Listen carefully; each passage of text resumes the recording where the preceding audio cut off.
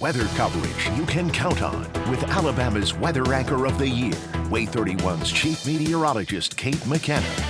We're still seeing a quiet picture for North Alabama on the WAAY 31 Storm Tracker early warning radar network. We are going to keep it mainly quiet through the rest of this evening, through tonight, even for a large part of our Thursday. The show really gets going late Thursday night, early Friday morning ahead of a cold front. We'll have a line of thunderstorms, possibly severe, rolling through. We're going to be talking much more about that in just a second, but here's the view right now in Huntsville from Alabama A&M. Looking towards the north, you can still see some of that haze along the horizon, some cloud cover still in place, but the clouds haven't made much of a difference when it's coming to our temperatures today. There has been a cold front move through, but that front has stalled out. Now basically a stationary front right across our northern county. So you can tell the difference in temperatures just based on where that boundary is located. 70 degrees right now in Lawrenceburg, 82 in Huntsville, 82 in Guntersville. Tomorrow, much warmer than today. That stationary front continues to lift back to the north as a warm front, allowing temperatures to be about 5 to 10 degrees warmer tomorrow than what we have seen today. So for baseball tonight at Toyota Field, I think we're looking pretty good. The chance for a rain or lightning delay is very low. 79 degrees, first pitch at 6:35. By the seventh inning, we're only dropping into the lower 70s. It is going to be a warm one out there, and you again can kind of feel the stickiness in the air. That humidity is back up all across the area. For tomorrow, it's a mix of clouds and sun, also still some smoke and haze from those wildfires out west. 87 degrees by 4 o'clock. That's how much warmer it's going to be tomorrow. We're still holding on to the lower 80s by 6 o'clock. Your rain chances, they are not terribly high. At most, about a 20% chance for an isolated shower or storm.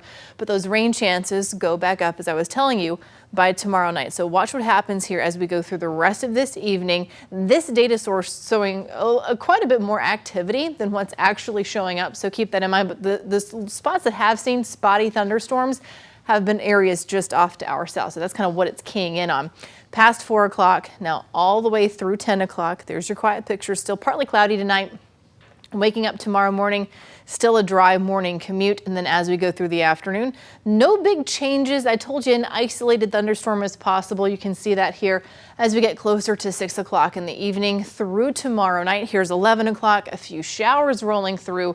Give it some time though. And here we go, waking up Friday morning. This is going to be a wet, stormy commute for the Shoals especially. That's where the storms are going to be located in time for your morning drive by 8 o'clock. These storms continue to track eastward, and this is going to be when our storms are a little more intense. Along and east of I-65 as we get further into the morning, temperatures are increasing ahead of this cold front. So we're getting a little more instability, a little more energy for these thunderstorms to work with.